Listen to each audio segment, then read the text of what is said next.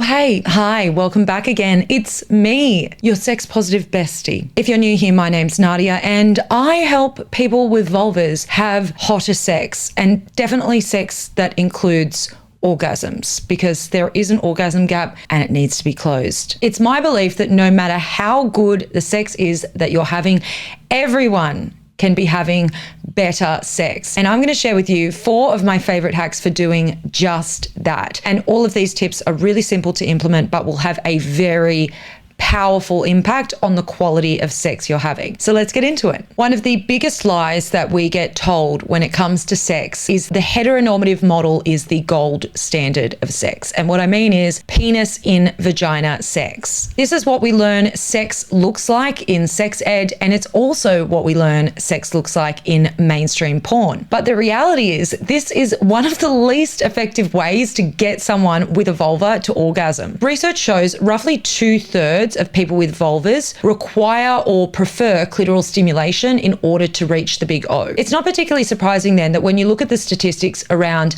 sexuality and orgasm, it's lesbians who are giving women the most orgasms and straight men who are giving women the least orgasms. And obviously that's because when you have a penis, you tend to default to penis in vagina sex. But most lesbians don't have penises, and so we are relying on our fingers and our tongues and on toys in order to get our partners off. And the clitoris definitely plays a starring role in that.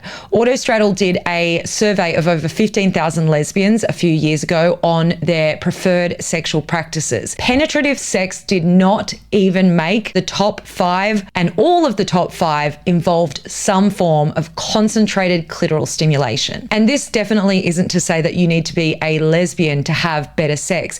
In fact, this should bring some relief to people who have sex with people who have penises, because it means that you don't have to have that pressure of having a rock hard penis in order for sex to happen. A lot of people with penises can't maintain erections throughout all of sex, and then that can put a huge amount of pressure on them. But if you know that you can get your partner off with your fingers, tongue, or a toy, then you don't have that same amount of pressure. And if you're a straight woman, you can communicate to your partner that clitoral stimulation is what you would prefer, thereby taking the pressure off them to perform and maintain an erection. Now, in terms of the most effective way to stimulate the clitoris to orgasm, my top 2 faves would definitely be fingers and tongue. Fingering is honestly a lost art among straight couples. And that's also because we've been misled to see fingering as an act of foreplay rather than something that can be the main event. Because you can absolutely get your partner all the way to orgasm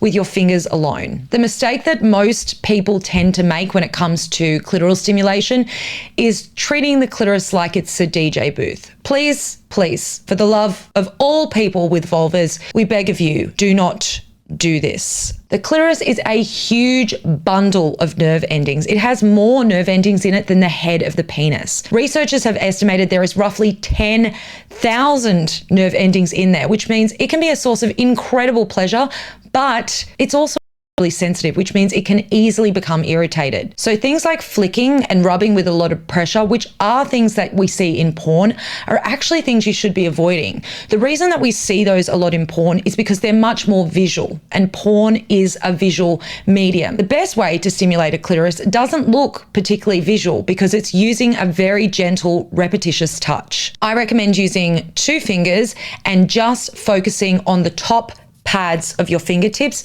and gently circling around, and literally repeat that motion. The circling motion is going to allow you to hit more of the nerve endings and draw blood into the clitoris, which is really important for orgasm to be able to happen. And then when it comes to oral, I cannot go past the ice cream lick. I've spoken about this in videos before, but if you're new here, the ice cream lick is essentially exactly what it sounds like.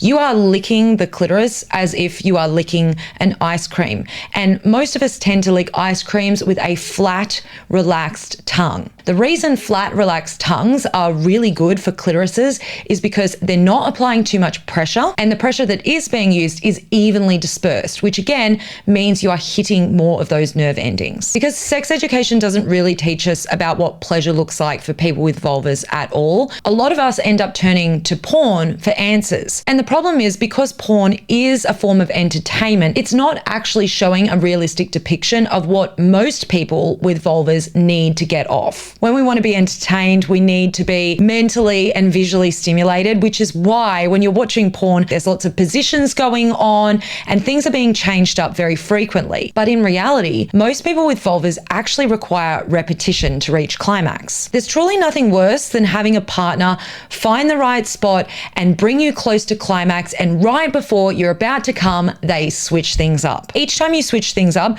you're essentially going back to square one. You're not just going back a little bit, you're basically going back to the start. The clitoris is incredibly sensitive, so it's not an area where you want to be trying out lots of different things. So whether you're using a toy, your tongue, or your fingers, once you find that particular technique that your partner likes, you want to stick to it. You wouldn't find a great brownie recipe and then one day randomly decide to just throw in some tomato sauce or some fish flakes. And likewise, if your partner is making all of the right sounds, they're grabbing for the bed sheets, they're arching their back, they're really showing signs of pleasure, the last thing that you want to do is change what you're doing. You want to stick to the exact thing that is producing all of those positive signs from your partner that is showing you they are getting closer to orgasm. One of the best ways to effectively target the G-spot is with your fingers, because they allow for a lot more precision. You have a lot more dexterity in your fingers than you do in a penis or even in a dildo or a toy. The best method for hitting the G-spot really precisely and powerfully every time is using the hook. And that involves getting your two fingers and curling them all the way around like a hook, like this. You're essentially making an upside down U shape. You should also be able to quite easily feel the G-spot because it does feel different to the rest of the vagina. It's roughly 1 inch to 1.5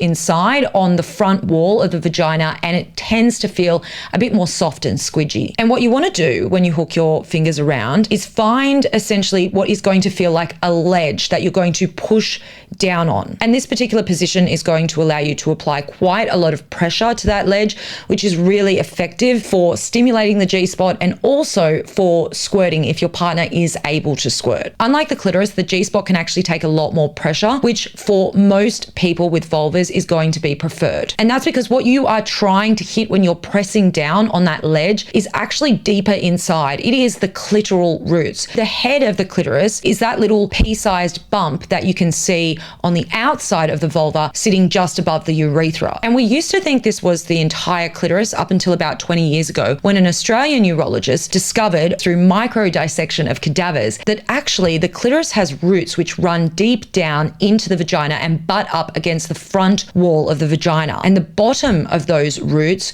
which are kind of bulbs, sit against the G-spot. So when you are pressing down on the G-spot, you are also stimulating those kind of bulbs at the bottom of the clitoral roots. This also means that if you can stimulate the clitoris at the same time as you are doing the hook method, you're going to produce a really powerful orgasm for the person with the vulva, because they're going to be having their clitoris hit from both ends. My favorite way to do this is to have the person with a vulva lay down on their back and open their legs, and then you are going to essentially put your head between their legs and rest your chest on a pillow so you can raise yourself up a little bit, and then put your arm underneath your chest. And that pillow is also going to stop you from getting dead arm, because it is genuinely a thing that happens, speaking from experience. And then you can do the hook from that position while also having your tongue on the clitoris and doing the ice cream lick. I will say though, as tempting as it can be to just bury your whole face in there, make sure that you do keep one nostril free, otherwise you are going to die drowned in the pussy. Which, I mean, now that I think of it, there are worse ways to go.